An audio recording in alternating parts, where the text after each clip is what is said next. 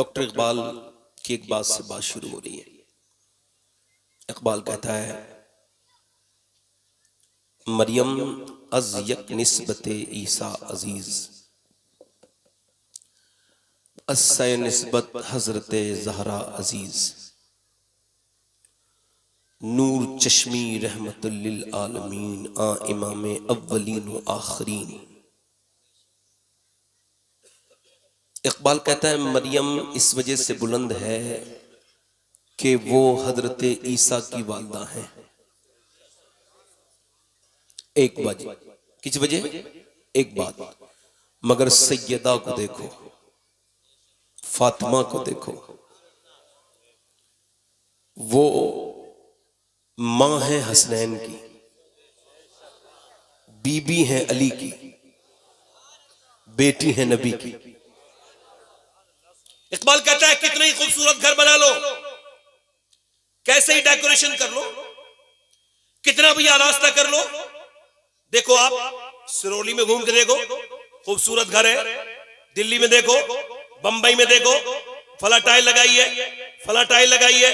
मगर इकबाल चैलेंज करता है, कहता है कितना ही आलीशान मकान बनाओ, मगर उसको बर्बादी से कोई नहीं बचा सकता जिस घर में हुजूर की बेटी फातिमा का जिक्र नहीं होता। बात है, माशाअल्लाह, सुभान अल्लाह। मकान मकीन से होता है। और इसको साफ करूं, बेहया औरत अच्छी औलाद पैदा नहीं कर सकती।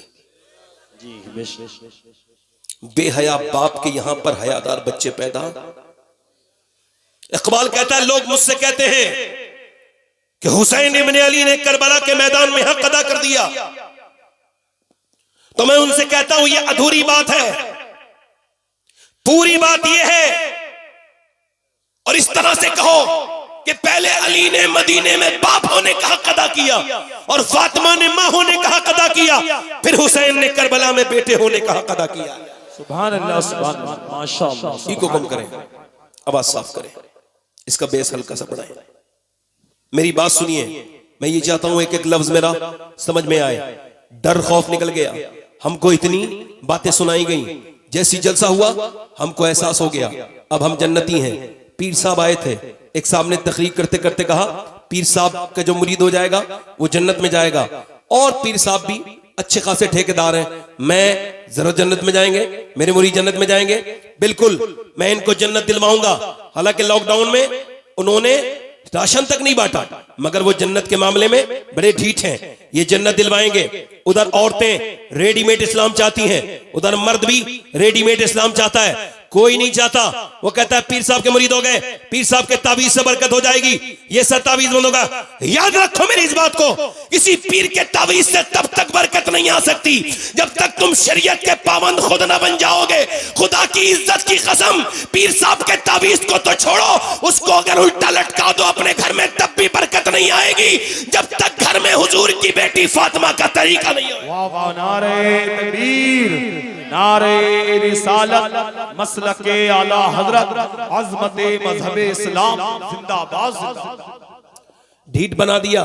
अब तो साहब जरा गौर करें, इन मियां साहब के हम मुरीद हैं, फला साहब ने हमको बता दिया है हम जन्नत में जाएंगे। और मैं आपको बताता हूं, दुनिया में एक पीर की भी बात बताता हूं और एक मुरीद की भी बात बताता हूं। ये तो जमाने में 1000 पीर है, 1000 मुरीद है, मगर कायनात के सबसे बड़े पीर की बात बताता हूं।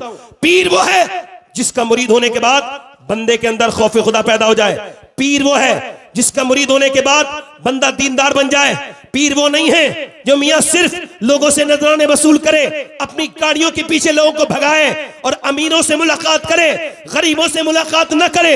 खुदा की कसम, दुनिया के सबसे बड़े पीर का नाम, पीर कौन है? उनका नाम मोहम्मद है सल्लल्लाहु अलैहि वसल्लम, और दुनिया के सबसे बड़े मुरीद का नाम अबू बकर सिद्दीक है। वाह वाह वाह, माशाअल्लाह, सुभान अल्लाह, वाह, जिंदाबाद। अबू बकर, जल्दी बोलो, अबू बकर सिद्दीक है। आवाज मेरी साफ समझ में आ रही है आपको? अबू बकर, आप तो नहीं डरते, मैं तो नहीं डरता, हमें पता भी नहीं लोग जन्नत में हम जहन्नम में जाएंगे या जन्नत में जाएंगे, कुछ खबर नहीं, कहां मरे, कहां मौत हो, किसकी मौत आ जाए। हो सकता है ये मेरी जिंदगी की आखिरी तकरीर हो, इसके बाद सिरौली वालों मैं कोई तकरीर ना कर पाऊं और मेरी लाश ही मेरे घर पहुंचे, और हो सकता है मेरी लाश का यह हाल हो जाए कि वो भी घर जाने के लायक ना हो। मैं आपसे कहता हूं, अगर ये मेरे साथ हो सकता है तो आप में से कुछ लोग ऐसे बैठे होंगे जो आज के बाद हो सकता है उनको कोई महफिल ना मिले, कोई जवान ऐसा बैठा हो। अल्लाह आपको सबको लंबी उम्र अता करे, लंबी उम्र सेहत वाली अता करे। मेरी दुआएं हैं आपके लिए। मगर ये मान लीजिए कि मोमिन वो है जो अपनी मौत को समझे और अपनी मौत को बिल्कुल करीब समझे। मौला अली फरमाते हैं, लोग समझते हैं वो दवाइयों से मौत को टाल देंगे। नहीं नहीं, कोई हकीम नहीं टाल पाएगा। वो कौन था? जिसका नाम सिकंदर था। उसने कहा मेरे पीछे तीनों टोलियां होने चाहिए। मेरे पीछे जब जनाजा निकले तो मेरे पीछे बिल्कुल फौज होनी चाहिए, उसके पीछे मेरी दौलत, उसके पीछे हकीम, ताकि जब मेरा जनाजा निकले मेरे हाथ बाहर को कर देना। और जो पूरी दुनिया को फतेह करने वाला था, जब उसका जनाजा निकला तो पीछे फौज थी और फौजियों के हाथों में जो तख्ती थी उस पे लिखा था अगर ये बच सकता था ताकत से तो दुनिया की सबसे बड़ी फौज का मालिक था। इसे फौज नहीं बचा पाई। फिर पीछे दौलत पे लिखा था ये दौलत बचा सकती तो दुनिया का सबसे मालदार आदमी था, इसको मौत नहीं आती। फिर हकीम पीछे अपने हाथ में बोर्ड लेके खड़े थे और उसमें लिखा था कि अगर मौत इसको बचा सकती, अगर बचा सकते हकीम तो इसको कभी मौत नहीं आती। इसका मतलब यह है जो डर रहे हैं उनको भी मौत आएगी, जो नहीं डर रहे हैं उनको भी मौत आएगी। जो मेरी बेटियां डरती हैं वो भी मरेंगी, जो मेरी माएं डरती हैं वो भी मरेंगी, जो नहीं डरती हैं वो भी मरेंगी। जो ये सोचते हैं उनको मरना है वो भी मरेंगे, और जो ये सोचते हैं अरे अभी हमारी मौत नहीं आ रही है वो भी मरेंगे। मगर मौला अली फरमाते हैं जो मौत को याद नहीं करेगा मौत मरते वक्त उसको जलील करेगी, बहुत जलील करेगी। फरमाते हैं मगर जो मौत को याद करेगा मौत उसके लिए अनजान बन के नहीं आएगी बल्कि उससे शनासा बन के आएगी, उसके ऊपर रहमत बन के आएगी। मेरे आका फरमाते हैं जिसकी महफिल में मौत का जिक्र नहीं हो सकता वो नेक बंदा नहीं हो सकता। मेरे नबी पाक, मेरे सरकार, जिनको ये भी खबर है कि मुझको कब मरना है और आपको कब मरना है। मेरे नबी एक जगह सफर कर रहे हैं, हुजूर जब सफर कर रहे हैं मेरे नबी पाक ने एक जगह फरागत हासिल की। फरागत हासिल करने के बाद मेरे मुस्तफा ने वुजू करना था तो 13 कदम दूर या 15 कदम दूर हजरत अब्बास कहते हैं पानी था, मगर मेरे नबी ने उस पानी के जाने से पहले तयम्मुम फरमाया। तयम्मुम समझते हैं सरोजी वाले? जब पानी ना हो तो तयम्मुम किया जाता है। हजरत अब्बास आगे अर्ज करते हैं या रसूलल्लाह पानी मौजूद है, तयम्मुम की हिकमत समझ नहीं आई। हुजूर की आंखों में आंसू आ गए और फरमाया मुझे उस पानी तक पहुंचने की उम्मीद नहीं है और मैं अपने रब की बारगाह में बेवजू हाजिर नहीं होना चाहता। इस 13 कदम में अगर मैं दुनिया से चला जाऊं तो बावजू होना चाहिए। हालांकि हुजूर को तो ये भी खबर है मैं कब मरूंगा, आप कब मरेंगे। क्या तू अपनी गंदी आंखें लेके जाना चाहता है मेरे दोस्त, मेरे भाई? तुझको बिल्कुल भी खौफ नहीं। हजरत अबू बकर सिद्दीक की बात कर रहा था। मेरी नस्लें कुर्बान हो उस यार गार के ऊपर। अल्लाह अकबर, जरा तवज्जो तो करे। हाल ये है आप जब खौफ खुदा से रोते हैं तो रात को कहते हैं काश अबू बकर जो है ना उसकी माँ उसके हक में बांझ होती, काश मैं पैदा ना होता। फिर फरमाते हैं मैं किसी मुसलमान मोमिन साले के पहलू का बाल होता, अबू बकर ना होता।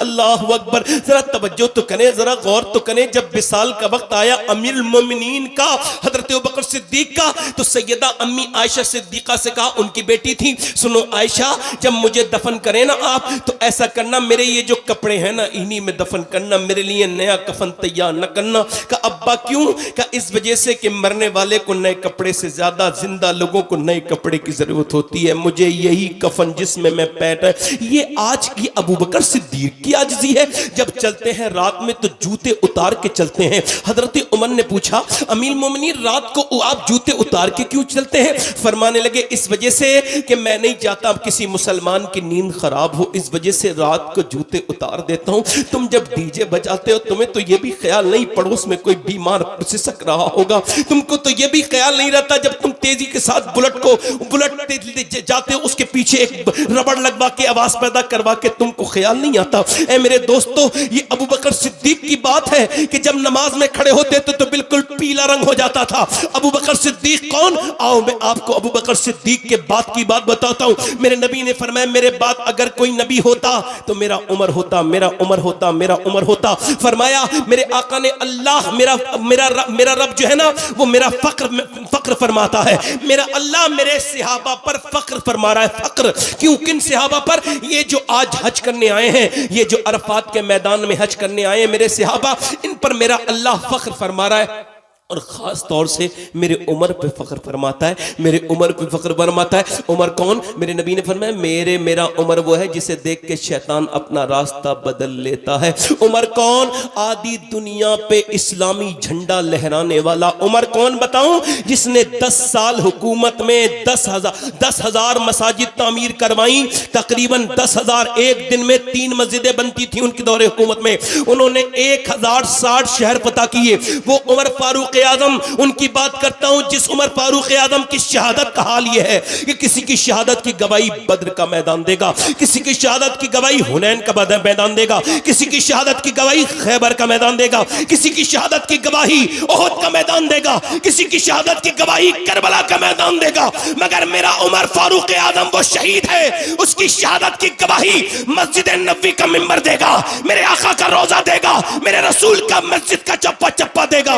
उमर कौन? इस उमर के बारे की बात कर रहा हूं, उमर फारूक आजम की बात कर रहा हूं, उस उमर की बात कर रहा हूं जिसकी मर्जी के मुताबिक तकरीबन 28 आयात कुरान के अंदर मौजूद है। वो उमर फारूक आजम इंतकाल के वक्त में जब उनके मारा गया चाकू, जरा गौर से सुनिएगा, जरा गौर से सुनिएगा, चाकू मारा गया तो उनका पेट बिल्कुल फट गया और जब आपने दूध पिया तो आपका दूध निकल गया और आंतों के जरिए नीचे को आपने अपना सर जमीन पे रखने को कहा, नहीं रखा। अब्दुल्ला सर जमीन पे रख दे, बेटा नहीं रख रहा है। ओए मेरे अब्दुल्ला, मेरा सर जमीन पे रख ले।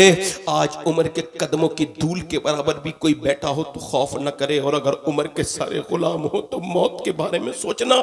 उमर फारूक आजम वो जिनकी दाढ़ी का बाल सफेद हो गया तो उसे देख के कहते थे उमर को मौत याद आती है इस दाढ़ी के बाल को देखकर। उमर फारूक आजम की तुमको भी मरना है, मुझको भी मरना है, और कयामत के दिन देखो सबको अपना अपना हिसाब देना है। मेरे दोस्तों, मेरे साहिबों, मेरे भाइयों, उमर फारूक आजम ने अपने बेटे से कहा सर जमीन पे रख दे, नहीं रखा। सर जमीन पे रख दे अब्दुल्ला, नहीं रखा। सर जमीन पे रख दे, कई मर्तबे कहा तो सर जमीन पे रख दिया।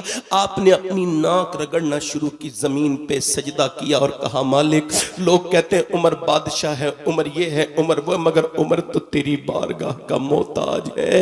या अल्लाह, अगर तूने आज उमर को न बख्शा, मौत का वक्त है, आखिरी लम्हे हैं, अगर तूने उमर को न बख्शा तो उमर हलाक हो जाएगा, उमर हलाक हो जाएगा, उमर हलाक हो जाएगा। हजरत अली आके सर पे हाथ रखते, अमीरुल मोमिनीन क्यों रोते हैं? मैंने हुजूर से सुना है कि आपका महल जन्नत में सुर्ख रंग का बना हुआ है, अली आप गवाही दोगे? कि मैं भी गवाही दूंगा, मेरा बेटा हसन भी गवाही देगा, मेरा बेटा हसन भी गवाही देगा। अल्लाह अकबर, ये सहाबाए किराम का खौफ खुदा है, जो जितना कुर्बे इलाही की मंजिलों को जाता है उतना ही खौफ उसके अंदर हो जाता है, और जितना अल्लाह से दूर होता है बंदा उतना ही खौफजदा हो जाता है, दुनिया से उतना ही दूर हो जाता है अल्लाह से। हजरत अबू हुरैरा, नाम सुना है ना अबू हुरैरा? इंतकाल का वक्त है, इमाम गजाली कहते हैं कभी रंग पीला, कभी जर्द, कभी सुर्ख, कभी पीला, कभी पीला, कभी सुर्ख, कभी जर्द, कभी सुर्ख, कभी जुर्द, कभी सुर्ख। मेरी बहनें सुन ले, मेरी बेटियां सुन ले, सब कोई मौत आनी है। इंतकाल के वक्त में बिल्कुल रंग पीला हो रहा है। किसी ने पूछा क्या मौत से डरे हैं? बेहोश हो गए, होश में आए। अबू हुरैरा सहाबी रसूल, हुजूर के घर का लंगर खाने वाले, क्या आप मौत से डरे? कहा नहीं नहीं नहीं नहीं, नबी फरमाते हैं मौत के वक्त पता चल जाता है बंदा जहन्नमी है या जन्नती है। अबू हुरैरा बड़ा गुनहगार है और अल्लाह से ये अर्ज कर रहा है, मालिक मौत का वक्त है, अगर इस वक्त तूने मुझे न बख्शा तो मैं हलाक हो जाऊंगा, इसी वजह से रो रहा हूं।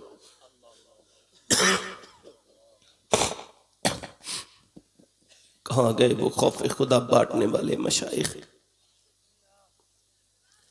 कहां गए वो नौजवान जो कल तक अपनी निगाहों की हिफाजत करके लोगों को दिखाते थे? जब बाजार में मुसलमान नीचे को आंखें करके जाता था, जब मदीने के यहूदी जाते थे कहीं सफर पे तो अपनी बेटियों को यहूदियों के घर नहीं मुसलमानों के घर देते थे और कहते थे मुसलमानों इनके घर में दे दो, चूंकि इनके यहाँ पे हमारी लड़कियां महफूज रहेंगी।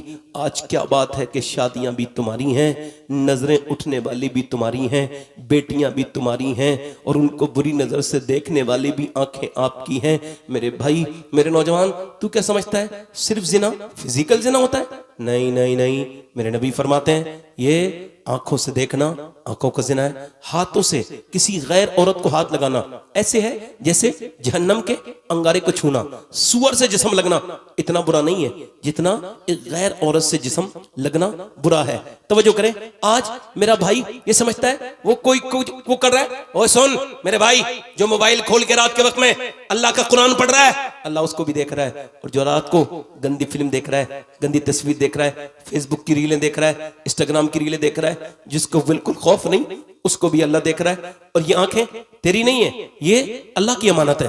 क़यामत के दिन यही आंखें तेरे खिलाफ बोलेंगी। नबी फरमाते हैं, अर्ज करेंगी, मालिक तूने दिया तो था अपने दीदार के लिए, मगर इसने गंदा कर दिया, इसने गंदा किया है।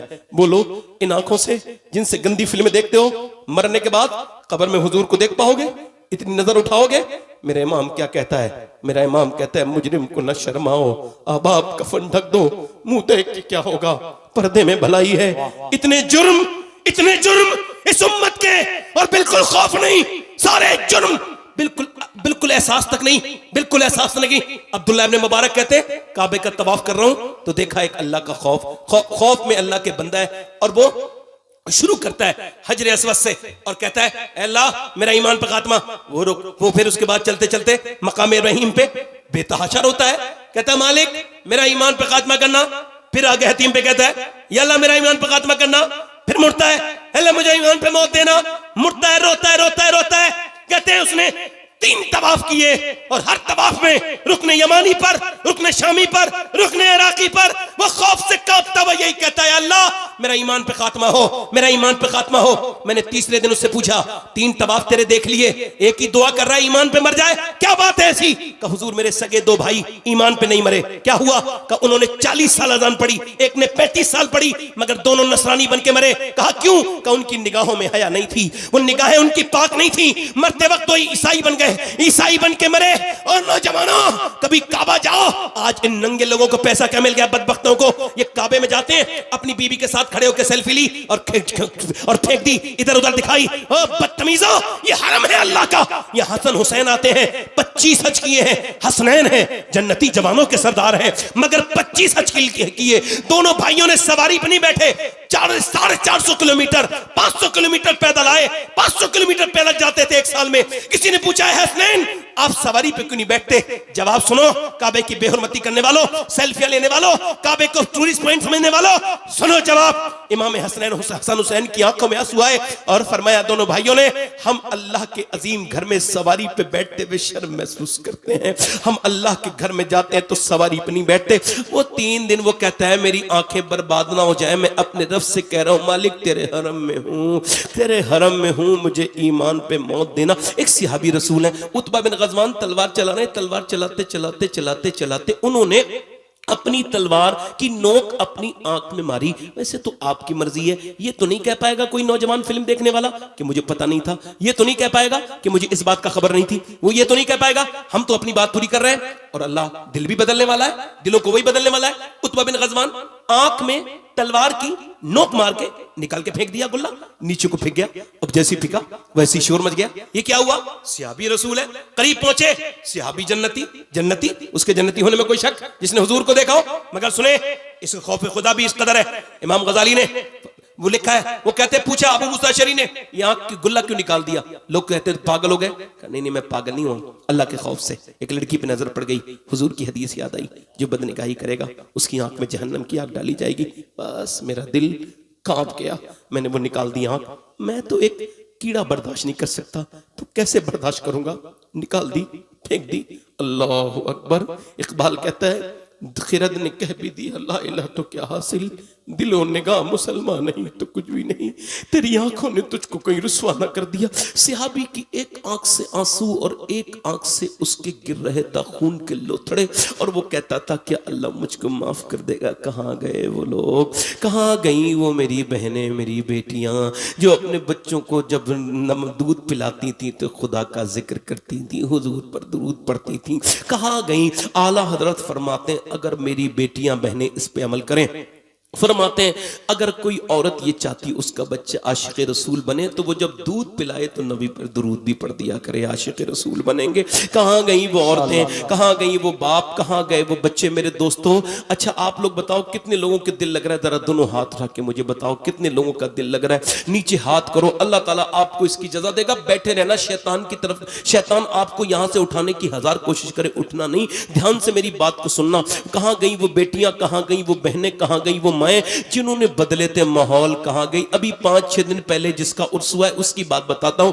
ये यहां पर बदायूं है, बदायूं शरीफ का नाम सुना है। ये बदायूं पहले का बुखारा है, इतना इल्मी मकाम था इसका। बड़े बड़े उलमा, बड़े बड़े औलिया यहां पर रहे हैं। यहां से हिजरत करके एक खातून जिसके बाप का नाम अरफ शाह है, जो सैयद जादी है, इमाम हुसैन की औलाद में से है, उसका बेटा भी हुसैनी सैयद है। ये दोनों उम्र उसकी 7 साल है। ये हिजरत करके बदायूं से चली गई दिल्ली। दिल्ली में 10 बाई 10 के मकान में ये औरत रात को रोती थी। अगर कोई सैयद है तो 2 सीन उसके अंदर लाजिम होंगे, एक तो सजदे का सीन, दूसरा सखावत का सीन। रात के वक्त में औरत रो रही है, वो खातून अजीम शान रो रही है। जब वो रोती है तो बेटा एक दिन उठ गया, मां के करीब जाके बोला अम्मा क्यों रो रही थी। मां ने बेटे को देखा और कहा मेरे लाडले अभी मेरे हाथ पे एक छिपकली चढ़ गई थी, उसको हटा दिया। मेरी बहनें सुने, कॉकरोच से डरने वाली, छिपकली डरने वाली, उस खातून का जिक्र। वो कहती है फिर मेरे बेटे मैंने उसको तो हटा दिया, फिर सोचा कुछ दिनों के बाद मैं कब्र में जाऊंगी, ऊपर से तख्ते लगाए जाएंगे, फिर ऊपर से मिट्टी डाल दी जाएगी। हुजूर फरमाते हैं जब वो जाते हैं ना वापस दफन करके, तो वो मुर्दे की आंख खुलती है। कहां जा रहे हो मेरे भाइयों, मेरे दोस्तों, कहां मेरे बेटो, मैंने तुम्हारे लिए सब कुछ छोड़ा था, मुझे छोड़ के जा रहे हो। इससे बड़ी हैरत की बात बताऊं, ये जो तकरीर कर रहा है इसके साथ भी ऐसा ही होना है। ये जो बैठे हैं इनके साथ भी ऐसे ही होगा। न सुनने वाले बचेंगे, ना मरने वाले बचेंगे, ना कोई आलिम बचेगा, ना कोई फाजिल बचेगा। औरत बोली मेरे लाडले बस वो कब्र याद आती है, उसकी वजह से रोती हूं। बेटा छोटा था, अम्मा आप तो बड़ी हैं, मैं मर गया तो मेरा क्या होगा। माँ ने कहा सजदा कर। बेटा सजदे में गया ना, वजू करके नमा, तो माँ सजदे में जाके उसका भी दिल भर आया, रोने लगी मालिक यहां तक लाना मेरा काम था, तुम भी अपने बच्चे को नमाज में ले जाओ, जब वो सजदा करें तुम भी कहो मालिक कबूल कर ले मेरे बच्चे को, जहन्नम की आग से बचा ले। अपने बच्चों को देखा करो ना तो ये दुआ करो या अल्लाह मुझे भी मेरी औलाद को भी जहन्नम से बचाना, मेरे मालिक जहन्नम से बचाना। रोया, मां रोई, रो के बोली मालिक मेरे बेटे का दिल बदल दे, मैं ये यतीम बच्चा है, मैं इसकी बेवा मां हूं, इसको कबूल कर ले मालिक। अल्लाह का फजल हुआ, मां के रोने से बच्चे का दिल बदला। बच्चा 5 वक्त का नमाजी, तहज्जुद में रोने वाला बना। मियां 750 साल गुजर गए, मां बेटे को दुनिया से गए हुए। मगर जाके चेक करो दिल्ली में बादशाहों की कब्रों के निशान मिट गए, बादशाहों की, मुगलों की बीवियों की कब्रों के निशान मिट गए, शहजादियों की कब्रें नहीं मिलेंगी। मगर जो रात को रोती थी दिल्ली एम्स से 1.5 किलोमीटर दूर, करोड़ों की बल्कि अरबों की संपत्ति में अकेली लेटी है, उसका नाम सैयदा जुलेखा अल मारूफ माई साहिबा है। हर बुध के दिन जाके देख लो, उसके मजार पे मेला लगता है। करीम में उसके बेटे का मजार मौजूद है। बादशाहों की कब्रें मिट गई, उसके बेटे के मजार पे रोज मेला लगता है। उसके बेटे का नाम निजामुद्दीन महबूब इलाही है। जब मां सजदा करती है दिल्ली में तो बेटा दिल्ली को शरीफ बनाता है। जब मां सजदा करती है बरेली वाले की तो उसका बेटा आला हजरत बरेली को शरीफ बनाता है। जब मां सजदा करती है बदायूं वालों की तो उनके बेटे बदायूं को शरीफ बनाते हैं। मां सजदा करती है मखदूम अशरफ जहांगीर सिमनानी की तो उसका बेटा किशोजा को शरीफ बना देता है। जब सजदा करती है मां दिल्ली वाले, जब कलियर वाले की तो साबिर अलाउद्दीन कलियर को शरीफ बना देते हैं। जब सजदा करती है मोइनुद्दीन चिश्ती की मां तो उसका बेटा अजमेर को शरीफ बनाता है। जब सजदा करती है गीलान में अब्दुल कादिर जिलानी की वालिदा तो उसका बेटा बगदाद को शरीफ बनाता है। और जब सजदा करती है मदीने में सैयदा फातिमा तो उसका बेटा हुसैन करबला को शरीफ बना देता है। नारे तकबीर, नारे रिसालत, मसलके आला हजरत, अजमत मजहब इस्लाम, अजमत अहले बैत, फैजाने औलिया इकराम, जश्न गौसे आजम, जिंदाबाद जिंदाबाद, सुभान अल्लाह सुभान अल्लाह, माशाअल्लाह, क्या बात है।